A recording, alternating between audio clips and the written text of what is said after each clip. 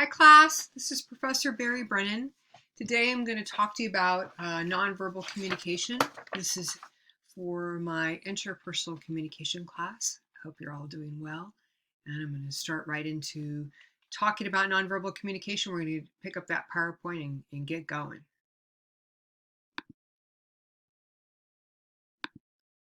Okay, here we are.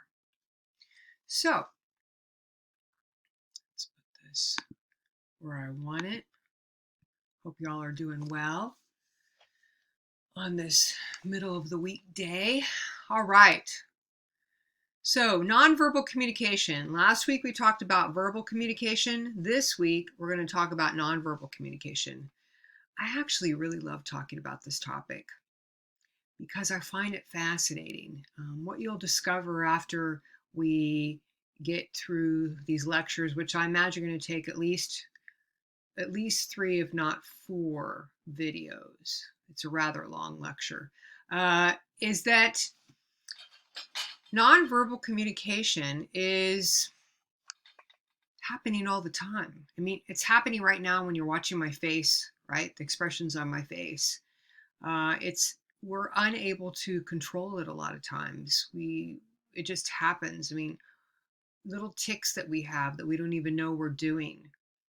It's so physiological and psychological that oftentimes we're not even aware it's out of our awareness. Like, have you ever watched, like, I used to bite my fingernails when I was a kid. I don't now, but when I was a kid, I did. And sometimes actually I do if I get nervous. But when I was a kid, I was unconscious, like when I would do that.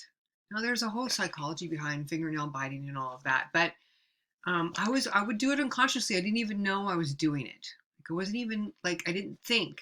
I just did it in reaction to whatever my circumstances were, usually something that made me nervous or I was worried, and I would do that. People have all kinds of weird little things that they do.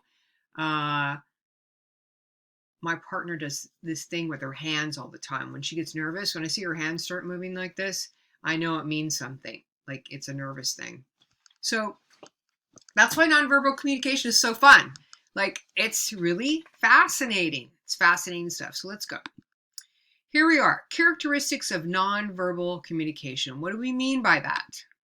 What are we talking about? Well, it's vital. It's vital to our actually survival as human beings to be able to communicate nonverbally.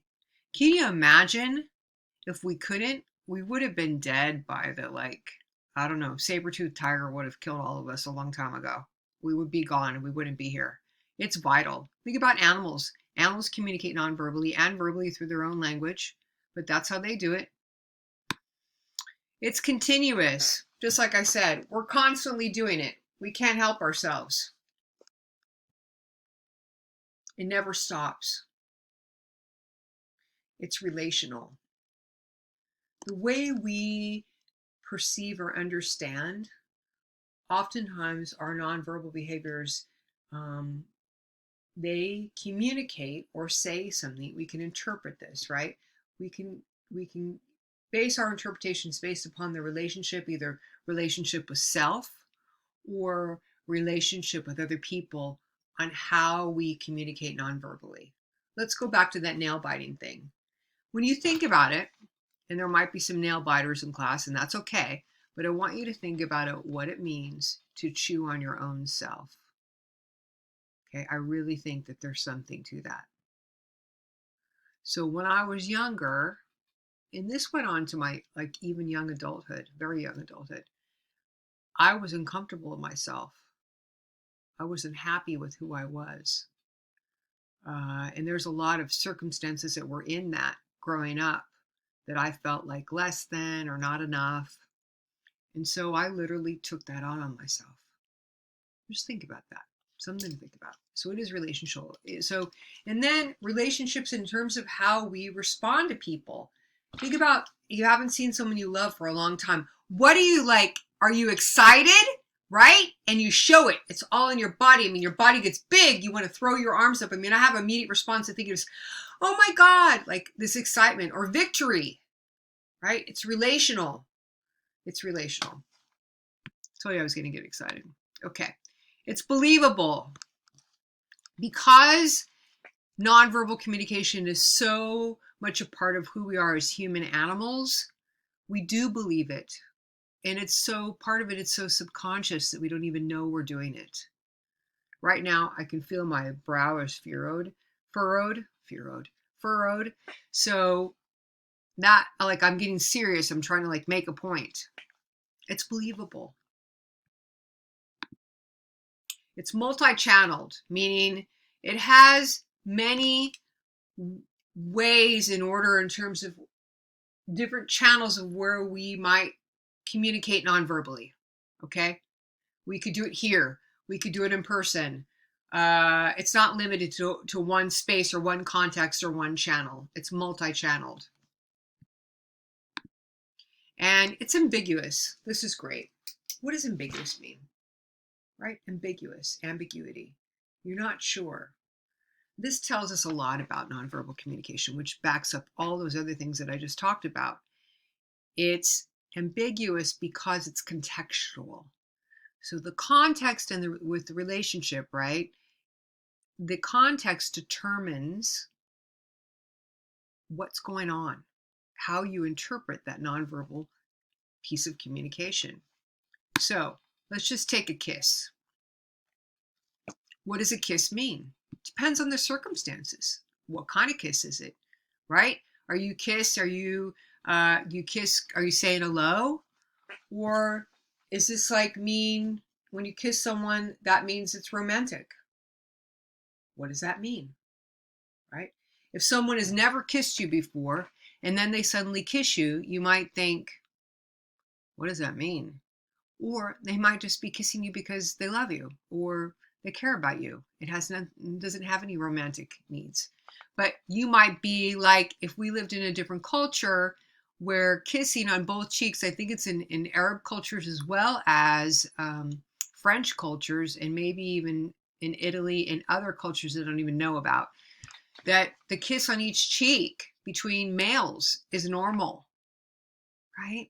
So it's cultural too.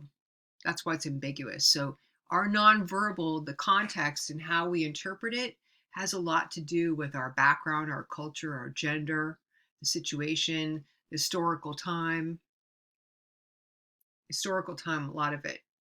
Okay, let's go. So you're with your significant other and your significant other pulls away. I mean, does it just mean that they have bad breath and they don't want you to smell their bad breath? Or does it mean that they're trying to like let you know that they don't want you anymore?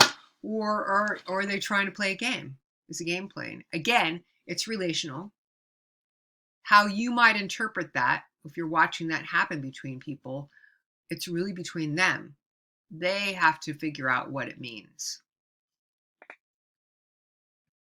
All right, how are we doing on time? All right.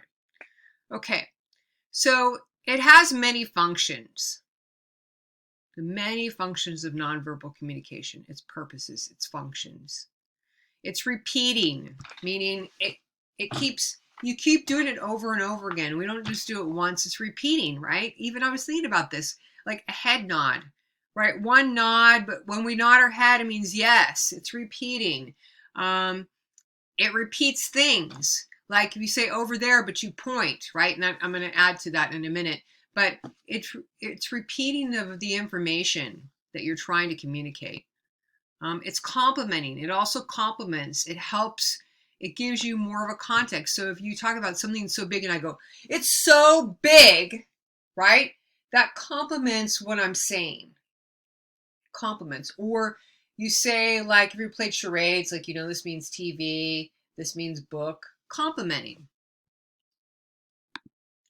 It's substituting. Actually, in charades is a better example. So in charades, you're not supposed to say anything. You go like this. So it's substituting for the word, but we know this means book, right? If you've ever played charades. If you played like, if you say it's a movie, you do this thing, right? If it's TV, you do the square. It's accenting. It adds accent to your feelings, right? If you like love someone and you blow them a kiss, right? It accents you. I love you. And it's regulating. So think of like a classroom, right? You're in a classroom and you're the teacher and you're talking away, doing your little lecture, and student's hand goes up. Well, the hand regulating meaning it controls or manages or directs, actually, directs like the flow of communication. That's what it means, regulating. Not necessarily control, directs. It's also contradicting. Yeah, right? You think about like someone says something. They say, I'm happy. I'm happy right now. So, or you say, or they say, you can tell that they're so sad and they go, I'm so happy. Right? You can just, if you know them well, you know they're faking it. Right? So sometimes this, where we try to attempt non-verbally to show something, it contradicts like what we really know about the person, or it can be an attempt to deceive. There's all kinds of shows on TV about people who study deception, right? So there's a word called leakage. It's when the nonverbal cues the person is giving you shows you that they're deceiving you. Okay?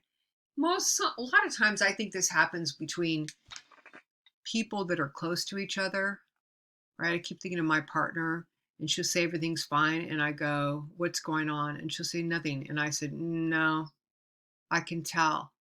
I mean, I'm around her all the time, so I can tell. So you and your significant other or your siblings or even your parents, right? You can tell. They might not want to talk about it, but you just know. There's something that they're doing that tells you that something is up. Okay, so example is someone that has a poker face, means not showing any emotion, and they're fidgeting in their chair. You've probably seen that a lot, right? They look like, they're nervous about something. Your tone of voice doesn't match your words, right? Obvious one is, I'm not mad. Like yelling, right? I'm not mad. Okay. Here's the interesting thing, which is going to contradict everything I said, folks. So be ready for it. Okay. Here is the interesting thing.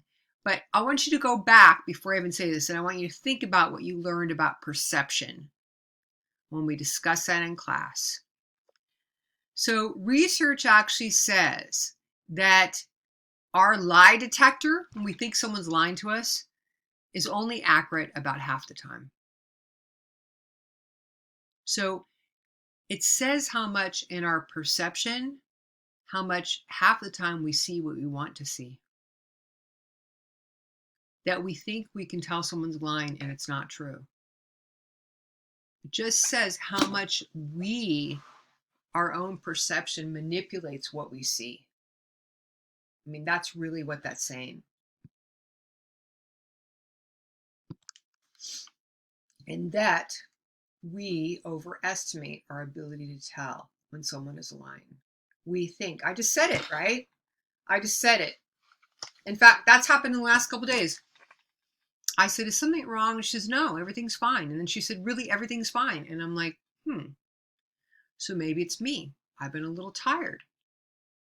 So maybe it's just me reading into things because I'm the one that's feeling, right? That's a kind of transference onto someone. I'm the one that's feeling like a little off. So maybe I think that's her, but it's really me. Got it? Okay. This is a good place to stop, and I'm going to pick up here. We'll be talking about influences on nonverbal communication in the next bit. I'll see you guys soon.